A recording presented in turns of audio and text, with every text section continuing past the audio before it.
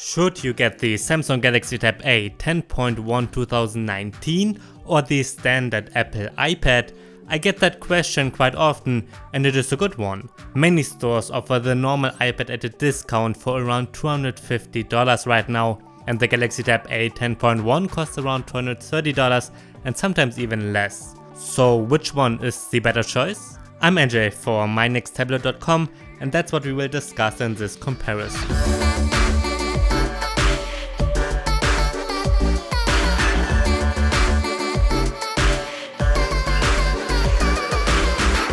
As usual, let's start this comparison with their designs and build quality. When comparing them from the front, you immediately notice that all bezels of the iPad are a bit wider than on the Galaxy Tab, especially on the top and bottom.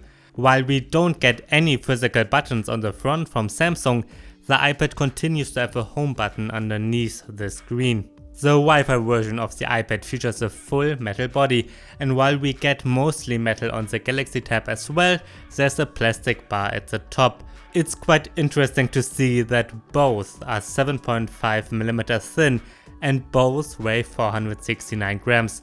I'm not sure if that can be a coincidence or if Samsung really wanted them to match. Well, the Galaxy Tab is a tiny bit taller and the Apple tablet quite a bit wider. Both have power buttons, volume controls and a standard headphone jack. While Samsung is using a USB-C port, you must charge the Apple tablet with the Lightning connector. The iPad also features Touch ID, which is the fingerprint scanner that's integrated into the home button. Yes, this feature is missing from the Samsung one. We get two speakers at the bottom with both when holding them in portrait view, and while those are stereo speakers, you won't hear any real stereo separation because they are placed on the same side. I've been a bit surprised by the results because I guessed that Apple speakers would be better, but instead the quality is about the same and the Galaxy Tab A is much louder. On the back, the two tablets feature 8MP cameras and they look very similar. Even when zooming in a bit, the amount of detail is about the same. Samsung's camera is more wide angle and that's the case with the front facing camera too. The webcam from the Samsung one has a higher resolution with 5MP compared to just 1.2MP from Apple. In this case you can clearly see that the Galaxy Tab takes more detailed selfies. The Apple iPad has a 9.7-inch display with an aspect ratio of 4:3 and a resolution of 2048x1536. The Galaxy Tab A 10.1 on the other hand has a 10.1-inch screen with an aspect ratio of 16:10 and a resolution of 1920x1200. Both are IPS panels with wide viewing angles. Now, when watching a movie, the screens seem very similar and almost identical. Colors look great on both, but especially when you open a website with a white background, you can clearly see that the iPad is a bit brighter. It also is a little bit sharper with a pixel density of 264 ppi compared to 224 ppi. Apple did not laminate the screen of the iPad, which means there's a small air gap between the touchscreen and the IPS layer that looks a bit annoying. The Samsung one has a laminated screen. However, because the Galaxy Tab A is a bit darker, in real life you will see about the same amount of reflections when using them under most conditions. But if you go in direct sunlight, the iPad screen is a bit brighter. Both act like tiny mirrors though. It's also important to note that if you watch videos, you will have a wider viewing area on the Galaxy Tab because of its aspect ratio. When watching 16:9 or even wider movies, you will see huge black bars on the iPad. I prefer the 4:3 aspect ratio from Apple on the other hand for reading and surfing the web. But if you just want to watch Netflix, I would go with the wider Samsung one. While the standard iPad is shipped with an Apple A10 Fusion processor, the Galaxy Tab A 2019 is equipped with an Exynos 7904 chipset. Both companies designed the chipsets themselves. That's interesting to know. We get 2GB of RAM with each, but in some countries you can get the pricier version of the Tab A with 3GB of RAM. The basic versions have a 32GB internal storage. You can get the iPad with 128GB too, and in some countries you can get 64 and 128GB versions of the Samsung. The Galaxy Tab A has a microSD card slot, which of course is missing on the iPad.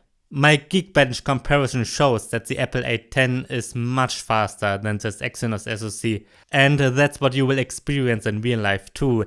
The iPad feels a bit snappier, especially when you do a lot of multitasking and are switching between apps fast. However, when surfing the web a bit and doing some email, they feel about the same. When it comes to gaming, the iPad is the clear winner. Most games run fine on both, but the loading times on the Samsung are noticeably longer, and the graphics usually look much better on the Apple tablet. For example, in PUBG Mobile you can set the graphics to HDR and the frame rate to Ultra on the iPad. On the Galaxy Tab, on the other hand, you can set the graphics to HD and the frame rate to high only. And when you compare the graphics quality, everything looks much more detailed on the iPad. Just in case you are a Fortnite fan like I am, it's supported on the iPad but not on the Galaxy Tab. The Samsung Galaxy Tab A10.1 is running Android 9 Pie and it's One UI, while you get iOS 12 on the standard iPad. Apple will update it to iPadOS in autumn, which will make it much more productivity friendly. Both run well. For most, I'd say get the same operating system you are used to from your smartphone. If you've got an iPhone already, you can use the same apps on the iPad. And that's the case with Android phones and the Galaxy Tab 2. In the past, Android used to be much more open than iOS, and that's still true regarding some aspects. For example, you do have real access to a file system and you can connect lots of accessories, including external hard drives and a mouse. You can open two apps side by side, and with One UI you can even open apps in free floating windows. iOS 12 has good multitasking as well, and it will get even better with iPadOS. And with iPadOS you can connect external hard drives and a mouse to your iPad as well. You get tons of improved features with iPadOS, and I love it on my iPad Pro so far. The advantage of iOS is that there are tons of games and productivity apps that are optimized for iPads. Many common apps work the same on both platforms, but if you like something in particular, chances are higher that you will find it, and especially something good, on the iPad. The battery life of both tablets is pretty good for this price range, and they've gotten similar results. In our standard test, the iPad lasted a bit longer with 11.5 hours than the Galaxy Tab A with 10.5 hours. For our test, we always loop an HD video at a medium brightness. Well, that's the end of our Samsung Galaxy Tab A 10.1 versus Apple iPad comparison. Which one is better? That depends on what you're looking for.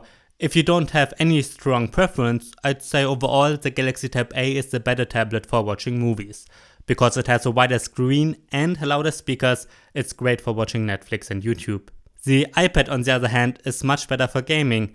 Its A10 chip is much faster and games do look noticeably better. The iPad is the better choice for productivity work too, because it has a wider selection of optimized apps, and the performance is good enough for very good photo and video editing apps if that's something that you like to do. Alright, that's my comparison of the Samsung Galaxy Tab A 10.1 2019 with the Apple iPad the standard 2018 one. If you have any questions, please feel free to write me down below and check out mynexttablet.com. We've got tons of articles and recommendations on that website that are constantly kept up to date. I'm NJ, thanks for watching and see you next time.